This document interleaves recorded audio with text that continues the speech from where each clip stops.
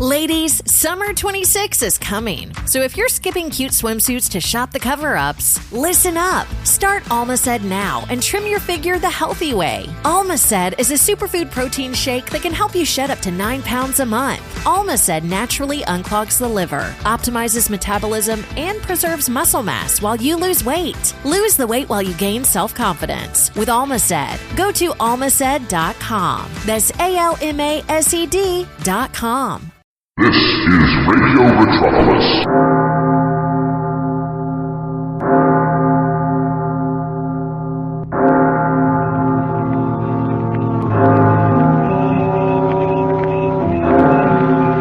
Who knows what evil lurks in the hearts of men? The Shadow knows.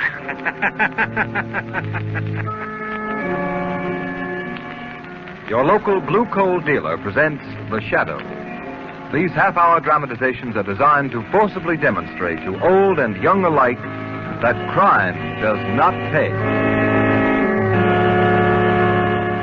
Welcome to the Shadow Radio Podcast here on Radio Metropolis. Tonight, Lamont, Cranston, and Margot Lane overhear a shortwave radio message of an international spy who is planning to steal a new warplane.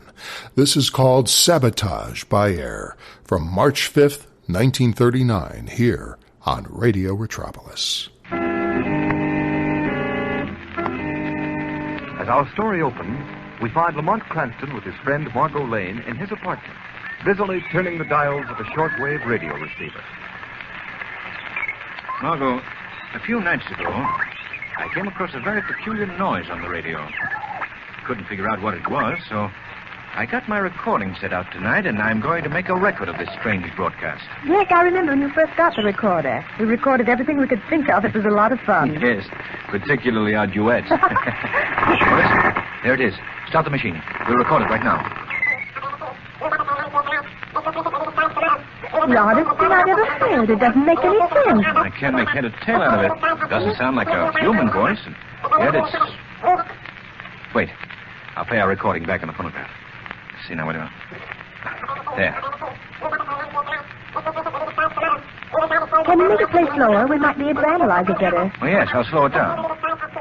We cannot bring it down on land at Margot, it's a man's voice. Why, it's very clear when the record is played slower. What a simple trick. They've merely made a record at a slow speed and played it fast so you can't get it. But how could anyone receive the message? They must have a recording outfit like mine and play it back at the low speed. Let's listen to the record again. Yes. Yeah, just a minute, I'll start it. There's the group. Speed. Operator Speed. New battle plane lands here tonight. This mystery ship will be destroyed tomorrow. Margot. We will fly this plane to the Gordon Lightship and then 10 miles due south. Gordon We Lightship? will cruise to that point in our boat and pick us up. This plane will be destroyed at sea. What do you suppose? We cannot bring it down on land at any cost. It will never be recovered. We have the only existing set of plans, and the designer is dead. Operator one in command. Do you know what that means, Margot? No, I don't know. A new army plane is due tomorrow or next day at the aerodrome. It's one of the most revolutionary inventions in the history of military aviation. Only one of these planes has been built, and not one of the men who worked on its construction was permitted to know all its secrets. And its designer is dead. Oh, I see. With this plane in the hands of an invading power, this country would be wiped out before our defenses could be mobilized. Well, tell me about it. What kind of plane is it? The plane is revolutionary in design, Margot. It's equipped with a very intricate shortwave radio control outfit. By means of this shortwave, one of the planes can control up to 50 flying bombs. Flying bombs? That's precisely what they are. Unpiloted miniature airplanes.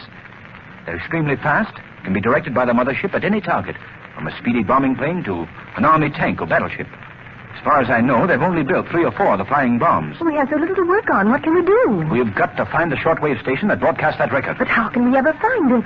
You know, Margot, the closer you get to a broadcasting station, the louder the program comes in. Yes, naturally.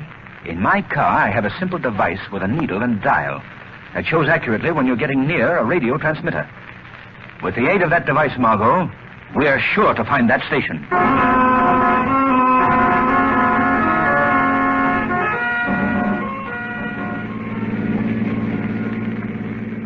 think it's any use to go any further west, Lamont. And what does the dial read now, Margot? It's down to 9. Well, we'll go southeast now. The signal is getting stronger, Lamont.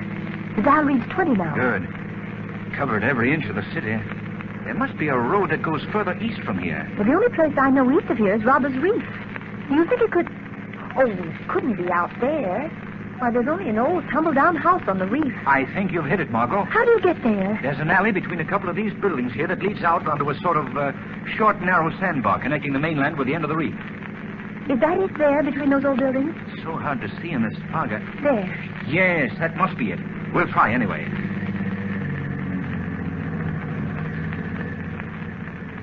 This is the gloomiest place I've ever seen. Lamont, look. The dial reads 30. Good. We're headed right.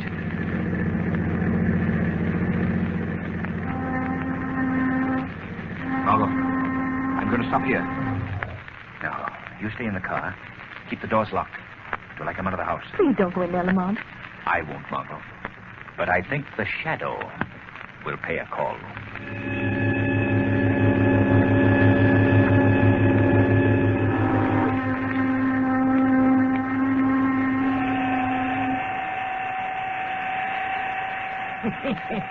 That's awful funny. What was that? Who's there? Only the shadow. The shadow. Well, who are you?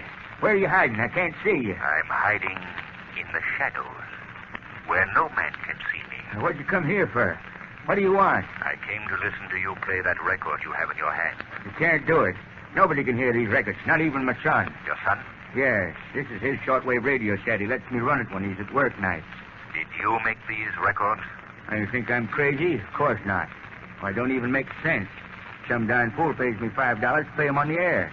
He says it's just a joke, and they do sound pretty funny. Who is he? And down if I know, he's some kind of a foreigner, comes here every so often and leaves me some more of them to play. What's your name? Joe Ryan. Of course, Joe.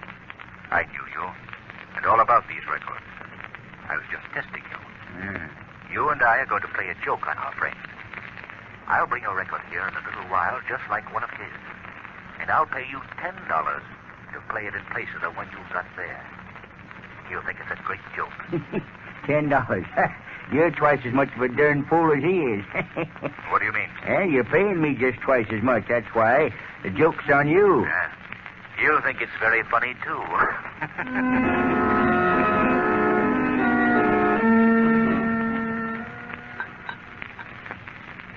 Well, here's to you, Corbin. I guess our work's about done. Tomorrow the Army's new plane will disappear, and so will we. Yes, Balla. We'll be all finished up. It's been a pleasure working with you. Perhaps your methods are a bit ruthless, but they produce results. Shall we listen into your last shortwave broadcast and record it? Just as a souvenir. No, it's time for it now. Well, all right, tune it in. Such a simple idea, but high-speed recording. No one in the world can understand that. Wait a minute. Listen, there's something wrong with that message. It's a good thing we are recording it. I think it's your imagination, Balla. It sounds like all the rest of your records. I know what my voice sounds like even at high speed. Now, play the recording back at the slow speed. Mm-hmm. Listen. Operator 1. Operator 1. Your plan to steal the new Army bomber Sounds has very been discovered. strange. If you do not want this plan not my revealed, come at once to Joe Ryan's shack on Robbers Reef. If you want your secret to remain a secret, come immediately, for I have things of grave importance to discuss with you. I'll be waiting for you, Operator 1. This is the Shadow. Shadow? I've heard of him. He's dangerous. Perhaps we should leave tonight, Balla. You have the only plans and the designer's dead. Let's leave at once. Fool, we have yet to destroy the plane. Besides, Corbin, the Shadow knows too much. Balla will teach him a lesson he has long needed. Balla will teach him not to meddle with affairs of importance. Let's go at once.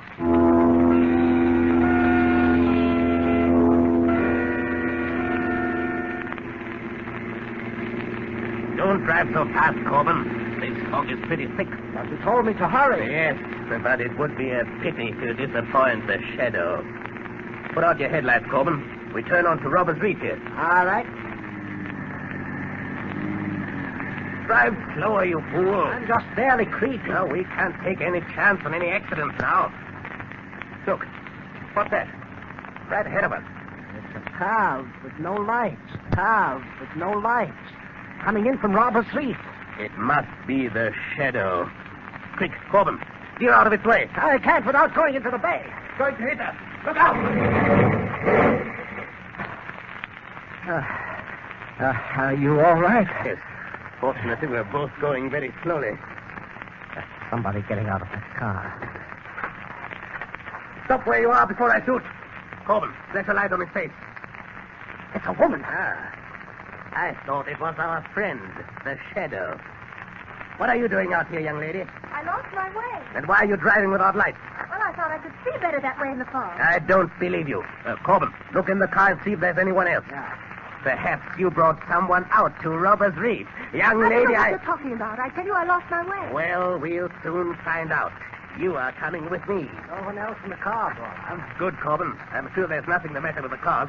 Drive hers into the water. Then bring ours to Joe Ryan's shack. The young lady and I are going to walk. Unless she is foolish and tries to run away.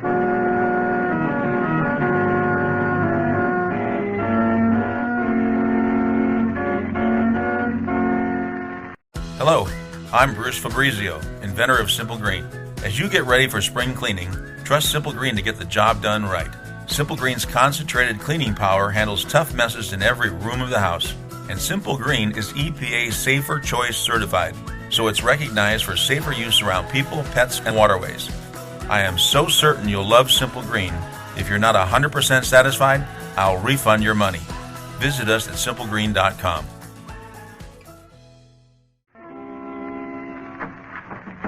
Step in there, young lady. What? Oh, it's you, mister. Hey, did you hear it? Did you hear the funny record? Yes, very funny. Where's the shadow? I don't know where he is. Said he was a friend of yours. He is a great friend of mine. I'd like to see him. You can't see him, because even when he's here, he isn't.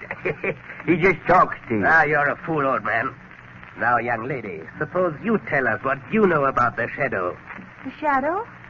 Don't pretend that you don't know him. You brought him here. All right, you, Corbin. Yes, boy. Take that piece of rope and tie the old man up. Hey, what for? I ain't done nothing. I just did what you told me to. Honest, I did. Shut up. Tie him well. No, you don't, young lady. Stay away from that door. Here, Corbin. Give me a hand. The young lady doesn't want to stay here. Tie her up, too. That's it. Tie her to this chair. Fine. Now we will see. What hit me? Paula, did you do that? You may thank the shadow, Corbin. The shadow? I can't see you. Where are you? You hear where my voice comes from, don't you? That's all I wanted to hear.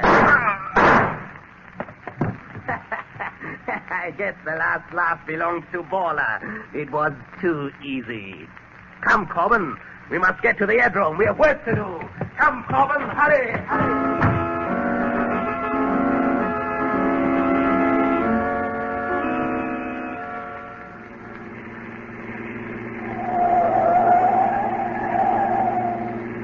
Hurry, Corbin. The X-1 should land just at dawn. It will be light in a few moments. I'm doing the best I can. I'm still worried about that girl and the old man back on Robbers Reef. You should have gotten rid of them. As soon as I leave you at the airport, I will go back and close their mouths forever. Leave me at the airport? Certainly, Corbin. You're a pilot. It's up to you to fly the army ship out to sea alone and bury it. Yes, but suppose something happens when I get out over the ocean. Suppose they don't pick me up. This is dangerous, Paula. Your strong suit is not courage, Corbin. But don't worry. You will be picked up, as will I. The rest of our operatives are waiting even now on the boat, 10 miles south of the Gordon Lightship. Do you still have the plans for the plane with you? Those plans have not been out of my sight since the day I got them. There's the entrance to the airport directly ahead. What do you plan to do, Paula? Simply this. The flight of this new plane has been veiled in greatest secrecy. There will be but one guard at the airport to meet us. Huh? You and I represent ourselves as inspectors from the War Department. Once we get aboard the plane, it is simple. We'll overcome the pilot and anyone else on board, and the rest will be up to you. Here. We can stop right here now. Look, Paula. Look, there she is now. She's just landed. And look right behind her. There are the 3 flying bombs coming in perfect formation. Come. Let's get over to the plane. Sorry, sir. No one's permitted on this field. Oh, I'm Harry Johnson from the War Department, and this is Mr. Andrews, my assistant. We have been sent out to check the landing of the new plane. Do you have any identification? Identification? Why, the best in the world. Look, here are the plans for that ship. Is that good enough identification? It sure is. Who is piloting her? I believe Lieutenant Flynn, sir. Well, I'd like to get his report as to how she handled on her trip east. Well, there he is, just coming out of the cabin. Oh, Lieutenant Flynn. Yes? Mr. Johnson and Mr. Andrews from the War Department, sir. We came up to get your report on the flight firsthand. Did you fly in alone? Yes, sir. She handled beautifully in the air, and the flying bombs responded perfectly. I've gone over these plans here, of course, but I would like to step into the cabin and see what it looks like. Certainly. Right this way, sir. The pilot sits up ahead here in this heavily armored cockpit. Now, by closing this metal door, he can be shut off completely from the rest of the ship. What is the purpose of that, Lieutenant? It's just an added armor protection for the pilot and the shortwave mechanism that controls the flying bombs. But, Lieutenant, can the pilot communicate with anyone in the other part of the ship when the door is closed? Yes. Step into the cockpit here. Now, you see this microphone? Yes. That's connected with a loudspeaker installed in the rear of the ship so that the pilot constantly can be in contact with the rest of the crew, even if the armored door is shut. Where's the equipment for the control of the flying bombs? That's right here, sir. Uh-huh. See this dial with numbers up to 50? You just set the indicator at any one of the numbers, and that throws the flying bomb of that particular number in line with the corresponding controls so that it can be manipulated separately. And these 3 dials here control speed, direction, and altitude. It's perfectly simple.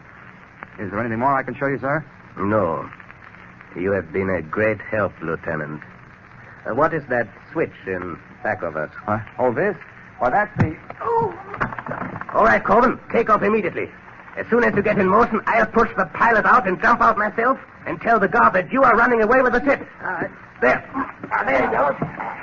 Now, hurry, Corbin. Take her off. Good luck, Corbin. I'm going to jump now. Help! Stop! Help! Stop!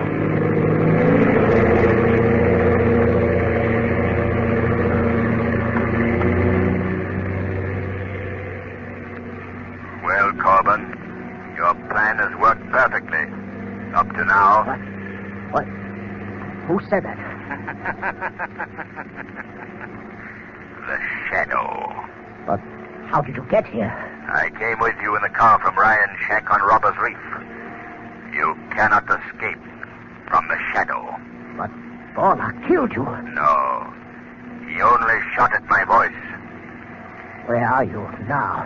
I am in the shadows of a cabin in back of you, but I can see you well enough to shoot you if you don't bring this plane down immediately. No, don't shoot. I'll bring it down. Only don't shoot. Open the door. Open that door, I tell you. Well, Mr. Shadow, you can shoot your heart's content. Perhaps you heard Lieutenant Flynn say that the pilot's cockpit is well armored. Corbin, bring this plane down. I'll bring it down all right. The 3 flying bombs in the ocean 10 miles south of the Gordon Lightship. But when the plane lands, you will land in it alone. For I will leave it by parachute before it goes into its last power dive. What do you think of that, Mr. Shadow? Why don't you speak? Shadow, can't you hear me? I hear you all right, Corbin. And thanks for the suggestion about a parachute. It was nice of you. I'm going to leave you, Corbin, but not for long. I'll chase you to the ends of the earth. You'll never get away. Goodbye, Corbin.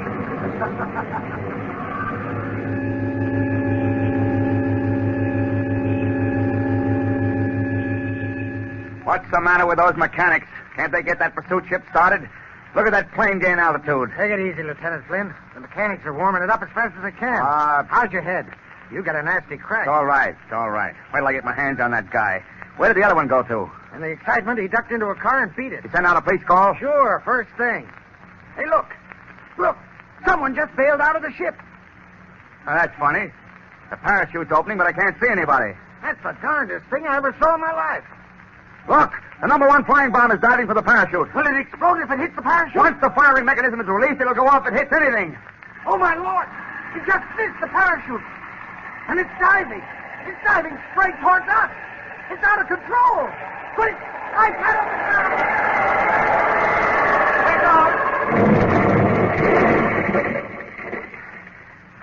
You all right?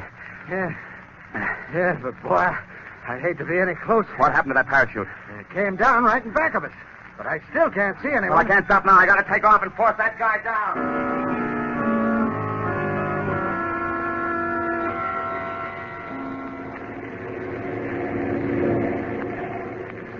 Lieutenant Flynn? Huh? I'm hearing things. Boy, must have gotten a worse smack on the head than I thought. No. It's not your imagination, Lieutenant. You're hearing the voice of the Shadow. The Shadow? Well, who are you? Where are you? How did you get here? I'm in the cockpit right behind you. And we have no time for explanations. Lieutenant, you and I have caught up with a gang of international spies. Oh, so that's their game. Well, how do you know this? I've been with them all night, followed their every move. Perhaps you saw me bail out of the stolen plane. Yeah, and you nearly got blown to Kingdom Come by that flying bomb. Too close for comfort. What is your first move, Lieutenant? Well, I'm going to fly close to the stolen plane and call by radio. And if that crook won't listen to reason, I'll force him down. Good. You're almost close enough now. Yeah. He sees it.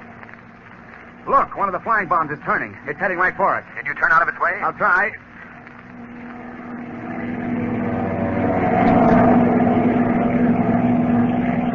Those things are too fast. They can turn on a dime. Look at that thing fly. Your only chance is to shoot it down. Can you hit it? I've got to. Good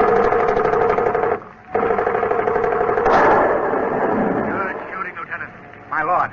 Look, that madman has released the one remaining bomb. Yes. He's right behind us.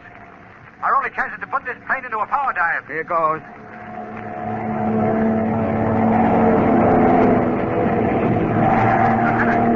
It's still right on our tail. If I could only get to that rear machine gun. I'll handle it. You know how to use it? Yes. You got it. You got it, Shadow. Wow, that was close. Now I think Corbin will listen to reason. I'll call him by shortwave. Calling plane X1. Calling plane X1. Corbin, this is your last warning. Land that plane. No, don't shoot me down. Don't shoot. I'll land the plane. Only don't shoot. Turn immediately and go back to the airport. All right. I'm turning. Boy, that's a good day's work finished.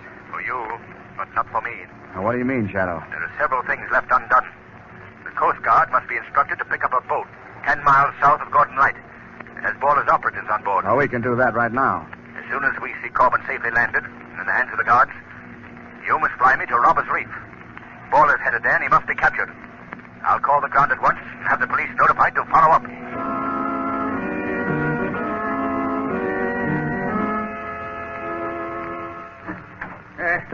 Who's there? Baller, what do you want? What are you doing here? Well, I'm glad to see my little birds have not flown. And now, young lady, there are a few questions I would like to ask you. Can't you loosen these ropes a little? They're cutting my arms. In a few minutes, they won't hurt your arms anymore. Nothing will hurt you anymore. Was that a boat or did a plane land here? A plane? You couldn't land a plane on Robbers Reef. Say, mister, when are you going to untie me? I'm not going to untie you. I'm going to kill you. Me? I ain't done nothing. What you want to kill me for? I only did what you told me. Oh, you fiend. You are the only one left, young lady. The Shadow is dead, and you... Who's there? Who closed that door?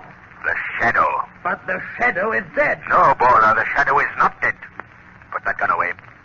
I showed you once that you could not shoot a voice. No, but I can shoot a very lovely young lady, Shadow. And I don't think you'd care for that. I'm going out this door, and I'm going to shut it after me. If it opens, I shoot. And if I don't hit you, Shadow, I'm going to kill this girl. You can't stop Paula. No one can stop Paula. But the police, I'll shoot them like dogs. I'll kill every one of them. I'll kill... They got it. You all right, Margot? Yes, Lamont. Here, I'll cut these ropes. We have to get out of here. Thank you, Lamont. Well, Margot, they've killed Borland. I hate to see any man die by violence. But if that man dedicates his life to the evil task of plotting and espionage against a friendly country, he faces but one fate. And that fate is justly death by violence.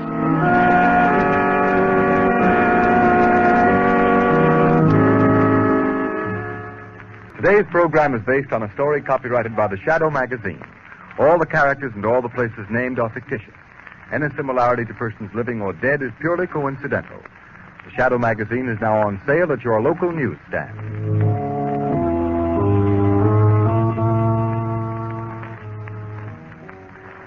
The weed of crime bears bitter fruit. Crime does not pay. The Shadow knows. Next week, same time, same station, Blue Coal, America's finest anthracite, will again present another thrilling adventure of the Shadow. Be sure to listen, and be sure to burn Blue Coal, the solid fuel for solid comfort. That was Sabotage by Air from March 5th, 1939, here on the Shadow Radio Podcast on Radio Metropolis. This episode was also known as Death by Violence, given the Shadow's closing speech, where he basically says, "He who lives by the sword shall die by the sword." That's what it meant. Our villain is clearly Nazi-influenced, complete with German accent. And although America had yet to get involved in the troubles in Europe at this point, Americans weren't oblivious to what was going on with Hitler either, and the Nazis. Dramatically, they were the perfect villains, just as the Russians were the perfect villains of the 1980s. This episode was written by Manfred B. Lee and Frederic Denay. Denay's writing career began by winning a writing competition in 1928. He is best known for co-creating and co-authoring with Manfred Lee 35 Ellery Queen novels, selling over 100 million copies in his career. Both he and Lee, our co-writer of this Shadow episode, not only wrote the Ellery Queen novels, but together they wrote under the single pseudonym, Ellery Queen. Denay prided himself in one aspect of his writing, and that was, quote, and this is his quote, "The literary historians will go back to the good mystery novels to find out what was really going on. Our books are as much a canvas of their time," unquote. Now, that is something I have stressed in every podcast series that I do, and from time to time I will talk about that the best dramas and the best comedies took elements of real history, of real moments of the time, so that it could be used not just as a piece of pop culture or a prop in this particular episode, but eventually as a real piece of history. You really learn history in these shows. It's a snapshot in time. That's why they're so great. Frederic Denay, by the way, died on September 3rd, 1982 at the age of 76. Great writers, these guys. One final observation after listening to these several dozen Shadow episodes so far. I think, and now listen to me, hear me out for a second. I think a good college drinking game could be created here, much in the same manner as the one with the original Bob Newhart show. Do you remember the original Bob Newhart show from the 70s?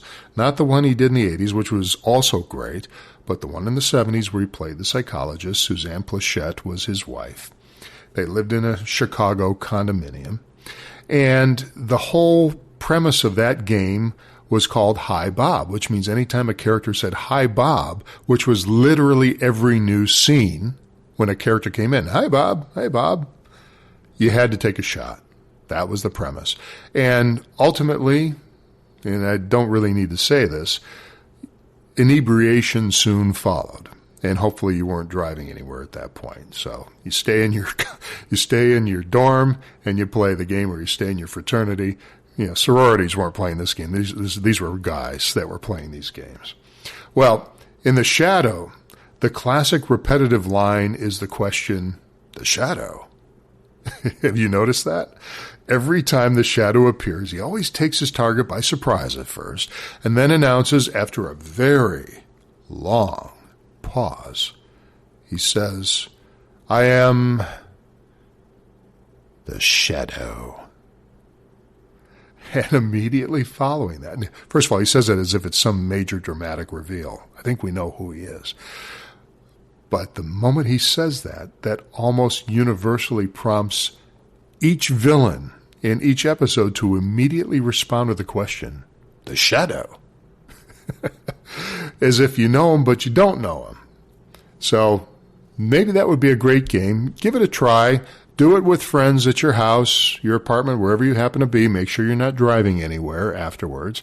And play the drinking game, The Shadow, and see how close I am to this. Listen to a few podcasts now. Go back and see how many times they say the shadow in question every time the shadow appears. I think it's very funny every time I heard that. And I was thinking about that in the last podcast as well, too. I said, there's something very humorous about that the villain just can't quite fathom that it's the shadow. He's heard of the shadow, but yet, is it really the shadow? The shadow? Like, you're really here? It's funny. Anyway, that was Sabotage by Air on the Shadow Radio podcast from March 5th, 1939, here on Radio Retropolis. Have a great night. This is Radio Retropolis. Lost support through telehealth, but it feels overwhelming and rushed? Check out OrderlyMeds.com now. OrderlyMeds.com was built to be different. Here, you connect with real doctors who take the time to understand your goals, review your eligibility, and guide you through a plan that's right for you. Orderly Meds provides access to proven GLP-1 medications like semaglutide and tirzepatide, including both name brand options and personalized compound versions when appropriate. So you have choices backed by clinical oversight, not guesswork. It's a simpler, more supportive telehealth experience designed around people who want clarity, care, and confidence in their weight loss journey. And your medication is delivered directly to your home in discreet packaging, so your experience stays private from start to finish.